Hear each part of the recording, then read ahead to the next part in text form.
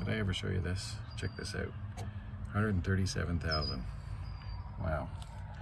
Low kilometers on a 1991 dually. Anyway, I've got lots of videos. I just joined them all together. Let's check them out and see what I've done. Let's see what progress I've made. I replaced that pin, the roller and the spring, and this pin and bushings, and the lower pin and bushings, all in the driver's door.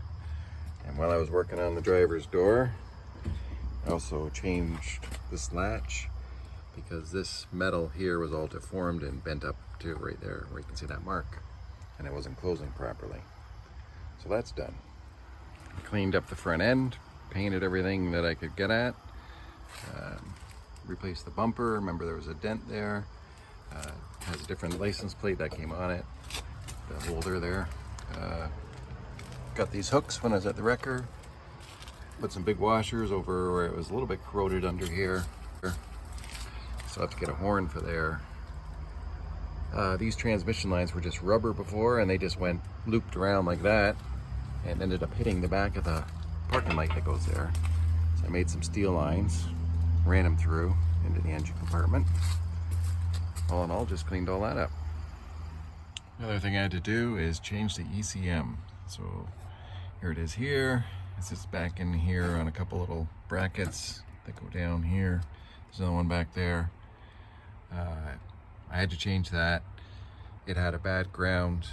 The injectors were not getting a ground signal from the ECM. So I traced it back to the ECM, put one in, and it fired up finally. So I got all the interior out, got all that to do, and it's raining. So I changed those mud flaps so they got a matching pair, and gave that bumper a quick coat of paint, vent and all.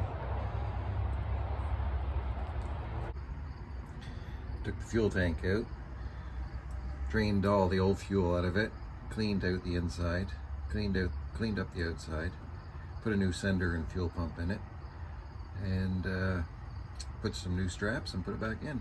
Gave it a nice coat of undercoating all over the tank. Pulled the rear tires, did all the brakes, wheel cylinders, everything. Got some new tires for it. Replaced the fronts as well.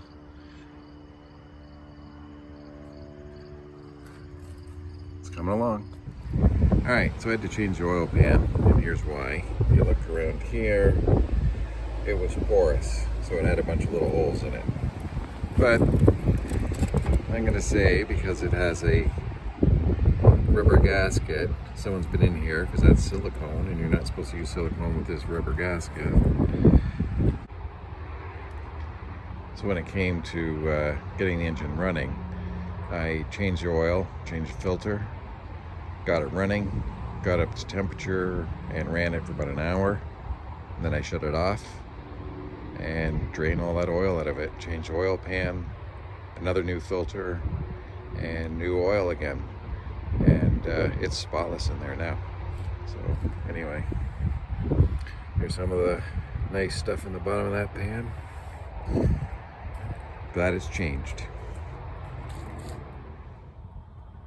So one awesome thing is with the gasket set came an apprentice. So these four things, which can thread into the block, this end, and hold your gasket in place while you put the pan on. And actually it snaps the pan over these little tangs right here, and holds everything in place. You can put the bolts in. It's fantastic. All right, so I'm gonna put those in place, and then we're gonna put the gasket on there, and then I'm gonna put the pan on. All right, so with those keepers holding your gasket at both ends, well, you have to take my word on that. All right, I'm gonna grab the pan, put that on there now. All right, pan's in. As you can see, there's a front cross member there. All right, there we are on the other side. You can see it's being held in only by these blue things. And there's a little bit of play because we have those rails, you know the ones, these things. They go down the side of the oil pan. They keep equal torque on the pan to stop it from leaking. So now they can go on and they'll still fit on those blue things and hold them in place so we can put the bolts in. Okay, check this out. So I took the flex plate cover off. You can see there's normal oil and all that, but also this was banging around in there. And it looks like it made contact a few times.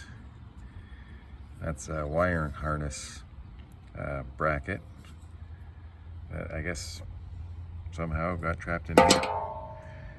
I don't see any damage, so we'll just clean it up and put it back together. Alright, so while I got the oil pan off, I thought I'd show you this. You hear about 4 bolt mains. A lot of people say it. Some people don't know what it means, but anyway, we'll just clarify that.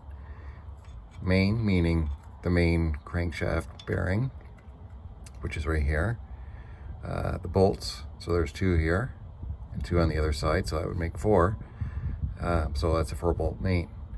Now standard is a 2 bolt main, so just have this one and the one on the other side.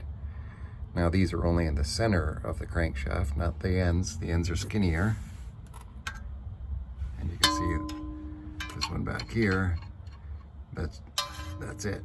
Because your oil pan tapers in here, and there's the seal around your flex plate. Okay, as for the engine, I did spark plugs, wires, cap rotor, I did the distributor module, did the coolant sensor, air filter, you know, all that stuff. I'm still going to do these 2 bearings, this one here and this one here. Just pop those pulleys off, you can replace the bearings. Pretty sure you can anyway. So either way, those will be done. The other big thing with this was the wiring. Like, this is the way I got it. Wires everywhere. I bought a wiring harness at the wrecker. It wasn't right. It was very close. So what I did is I just scavenged what I needed. So it was mostly those 4 injector wires right here. I connected them down here. They were actually cut off way up here. They're cut off here somewhere. But I wanted to make the connections where there's not a lot of movement. Anyway, I spent a lot of time tracing wires, fixing wires, bad grounds. I did the ground strap. I did that ground strap down here, that one there. Did that one. There's another one at the back of the engine that goes from here to the firewall. It's done. There's another one on the transmission, I think. So anyway, lots of work, but now it runs. Oh, let's not forget, put in a new battery and change that heater hose and a new EGR. There's one on the intake that I got from the wrecker, but it looked pretty rough. So a little tidying to do here with these wires, and I'll tidy this up, make that look a lot better. But not today, it's too cold.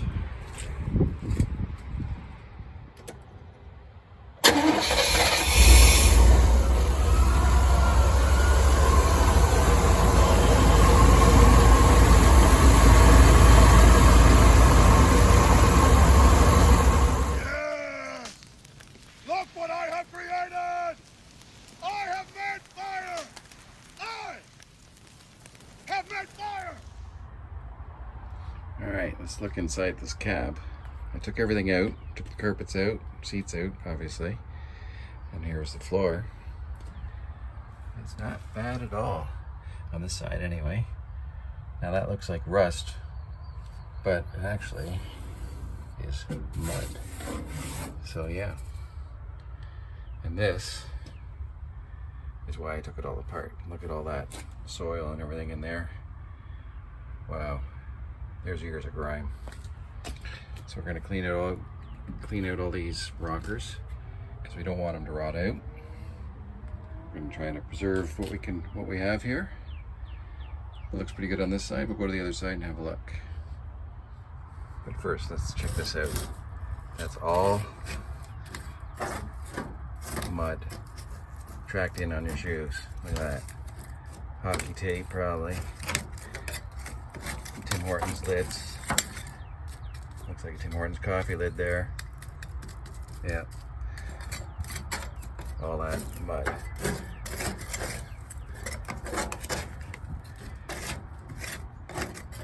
Wow. That's why I'm cleaning it out. Here's a picture of the underpad. That was underneath the carpet, obviously, which also has underpad on it. This is silver backed, so I imagine since it sits over the catalytic converter, it's some kind of heat absorbent. And there's the rubber floor mat, and I'm glad I took it up because it has some wet spots, and I'm going to at least dry it out, if not replace the underpad. All right, let's look in here. Obviously, driver's side's the worst. There's a theory behind that. All the oncoming traffic throws up all the salts and crap up on the car, and that's why the driver's side's usually worse than the passenger side. Whether it's true, I don't know. Make a comment. Tell me what you think. Anyway, back to this. One hole right there. And, well, actually, there's something right there as well. A very small hole. So, there's only one way to fix that. Just weld in a little patch. But first, I think I'll just take the wire wheel and clean all this up.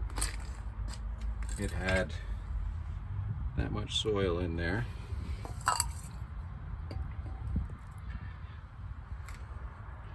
And that was all laying right in here. You can see all the crap. All right, on this side, there was definitely holes here. You can see several holes. So what I did is I cut this out and removed that. And there's this lip here, which sort of goes on here, this 90. Is okay, but a little bit flimsy. I wouldn't trust it too much. So what I thought I'd do is I made a 90. Sort of fit that in there like that. We'll just weld it onto this lip here, and on this bottom here, we'll try to weld it from below. And we'll make that, or I made that, to fit in there. So we can weld that onto there and cut it, get rid of the extra, and it'll be a nice butt joint there. And we'll butt join this all the way around. Got a little room for whatever we got to do here left there. So that'll replace that. So, but other than that, the floors are great in this thing. All right, I'm gonna get back to it. Okay, so there's another one all finished up. I still have to put some seam sealer in here. I'll just go over all the welds that I did. Any pinholes or whatever, that'll fill that up. Also gonna seam seal these. They were seam sealed originally. All right, so here's the final grille configuration I decided to go with. So some new lights. They came with the truck. The headlights, they're not new, but they were with the truck. So, okay.